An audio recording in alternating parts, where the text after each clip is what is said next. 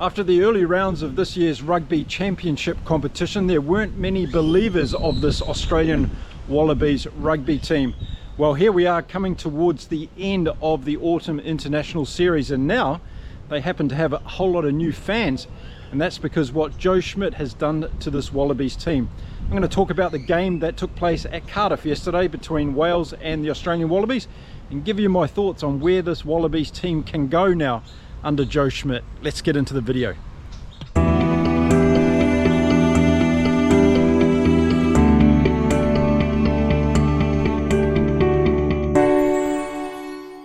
G'day everyone and welcome to Inside Rugby with Mark. If you haven't been here before, my name is Mark. I'm a retired Kiwi bloke. I'm a huge rugby fan and I'm living here in beautiful Cancun in Mexico. Okay, so yesterday the Wallabies thumped Wales, and if you saw my preview video, I was predicting it. I gave the Wallabies a 20-point win in that video and they ended up winning by 32 points. What an absolute wonderful game it was for them. But let's talk about it and let's see what's happening under this Joe Schmidt team. And back earlier this year I was saying that I saw the potential in this team, and having watched Australian rugby for many decades, I can tell you that what I noticed back then was this young group of players that was coming through was something special, and I still believe that. I think Joe Schmidt has got the core here of a fantastic rugby team, and it's now starting to bear fruit on the rugby fields across the world, and I think that's a great thing for world rugby in general. Now, a lot of you are going to say, well, it was only Wales and they're in their worst stage of their rugby history at the moment under Warren Gatland, and there'll be excuses here and there. Well, to me, Australia still needed to go out there and put it on the field, and we did see a patch of 20 minutes in that game from Wales where they were very, very good. In fact, the last 20 minutes of the first half, they owned it and they came back on the scoreboard.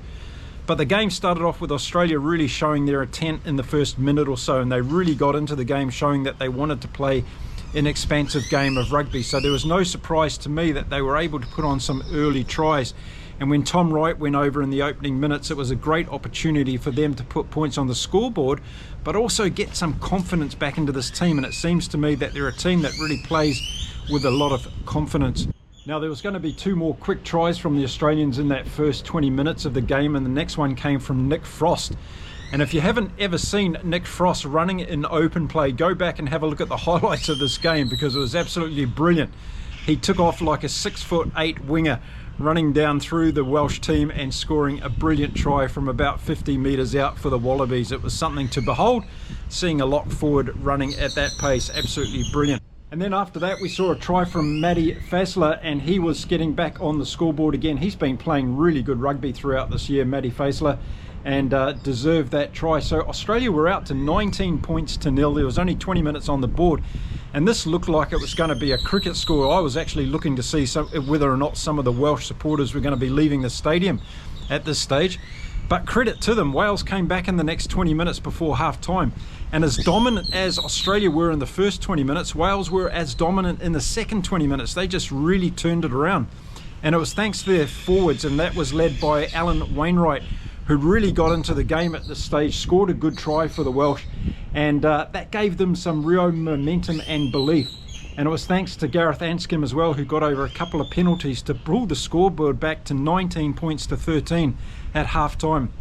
I thought that was a really good effort from Wales to turn that around in the first half, because they looked absolutely out and beaten after that first 20 minutes. Australia were on a roll.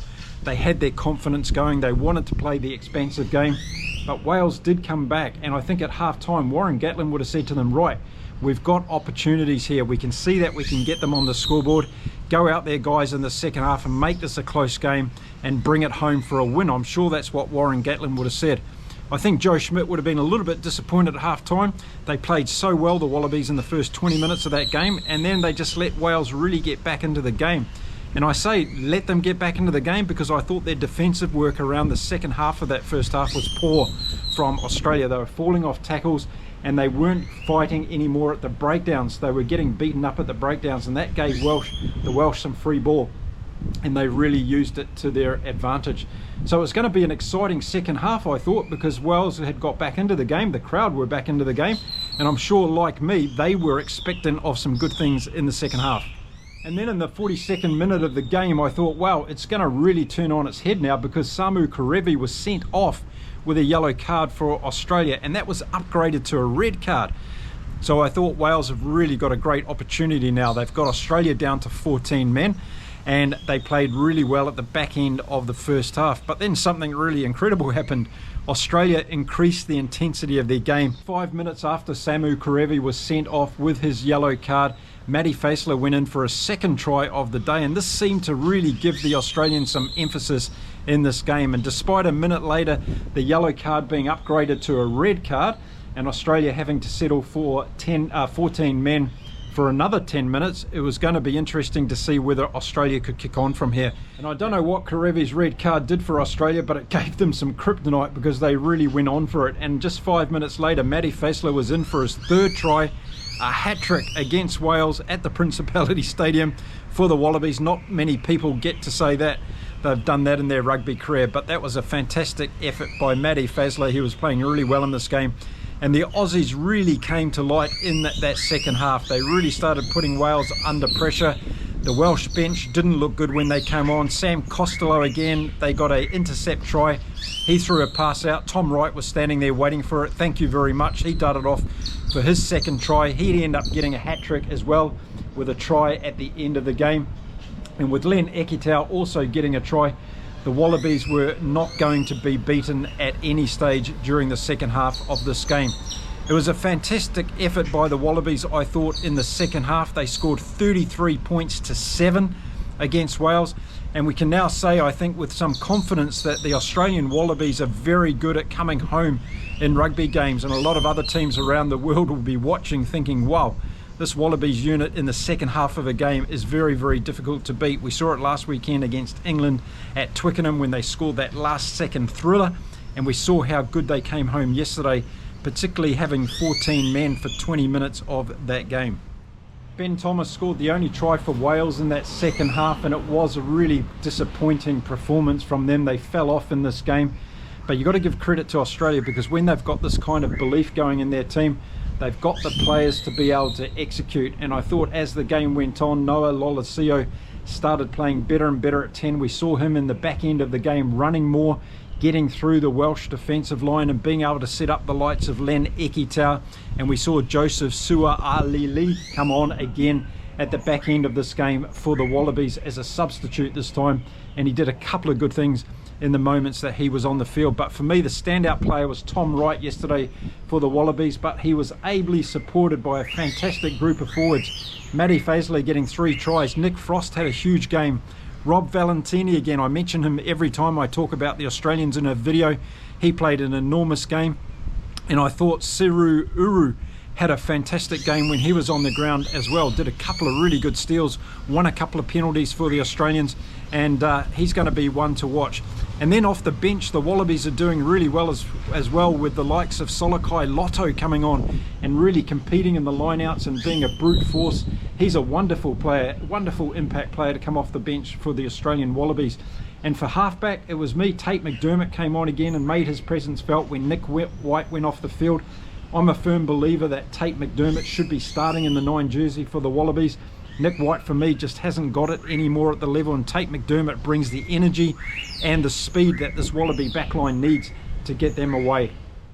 Now, the only real poor performer I thought yesterday for the Wallabies was Matt Jorgensen on the wing. Yes, the star of the game against England, of course. He had a couple of bad moments in this game, and I don't think he's going to be on the field as a starter once we get Dylan Peach back for the Wallabies. He's obviously playing very well, Dylan Peach, and unfortunately had to go back to Australia with an injury. And Andrew Callaway's doing really good on the other wing, and Tom Wright at fullback. Well, he's one of the best counter-offensive fullbacks in world rugby at the moment. There's no doubt about it, and I really, really enjoy watching him play. So it was Wales' 11th defeat in a row. A lot of people are calling for Warren Gatland's scalp now to be taken, and for some changes to be made to this Welsh setup. It's a very difficult situation. Of course, if you know anything about Wales rugby at the moment, the Welsh Rugby Union seems to be in a bit of turmoil, and there's a lot of different factors going on. That said though, this Welsh national side is not playing to their potential. They do have some pretty good players amongst them, and they're just not gelling as a team and coming together on the field of play, and that's a major concern, I'm sure, for everybody associated with the group. And when I watched Warren Gatland's interview after the game, there seemed to be a lot of resolve there, and I wouldn't be surprised if he's the one that actually pulls the pin after the South African game next weekend. But rather than talking about the negativity of Welsh rugby, let's talk about the positivity of Australian rugby, because it's absolutely brilliant at the moment. Joe Schmidt is a magician as far as I'm concerned. He's turned this Australian team around. But as I said, more importantly, he's brought together a group of fantastic young players that want to play an open, expansive game, and they've got the skill sets to be able to do it. They're ably supported by a fantastic pack of forwards, and they're only going to get better as they get more and more experience. And the likes of Jeremy Williams and Nick Frost and Rob Valentini and Matty Faceless playing very well. Angus Bell again had a brilliant game. And we had the old maestro coming on too, James Slipper, coming on in the second half. Made a difference in the scrums when it was needed also for the Wallabies. They were struggling a little bit there against Archie Griffin as an example. So the Grand Slam is really on for the Wallabies now. They play Scotland next weekend, and then they've got Ireland to finish their campaign. They'll be really starting to believe. And if injuries and tiredness doesn't get the better of them, which is a reality on these kinds of tours, then I think the Wallabies have an exceptionally good chance of finishing out this year on a super high and showing the world of rugby how they've been able to turn it around. Now, in my opinion, Joe Schmidt has been the central cog to this turnaround of the Australian Wallabies team. And if you didn't know, his contract expires at the end of the British and Irish Lions tour next year to Australia around about August sometime.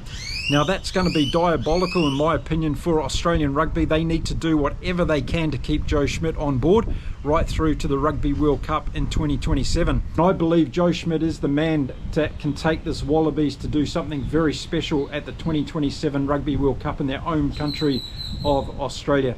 So we're going to have to watch this space, because that's going to be a huge decision around this Wallabies team. It's going to be a crossroads of their future, there's no doubt about it. And whether or not Joe Schmidt believes that he's got the coaching staff on board to be able to take this team to the next level without him being there, well, only time will tell. Let's focus on the here and now, and the here and now is Australia are going to take on Scotland next weekend at Murrayfield. It's going to be an absolutely cracker of a game. Scotland had a good win against Portugal, as you would have expected in the weekend, so they're going to have to step it up, I'm sure, to be able to have a go at this Wallabies team.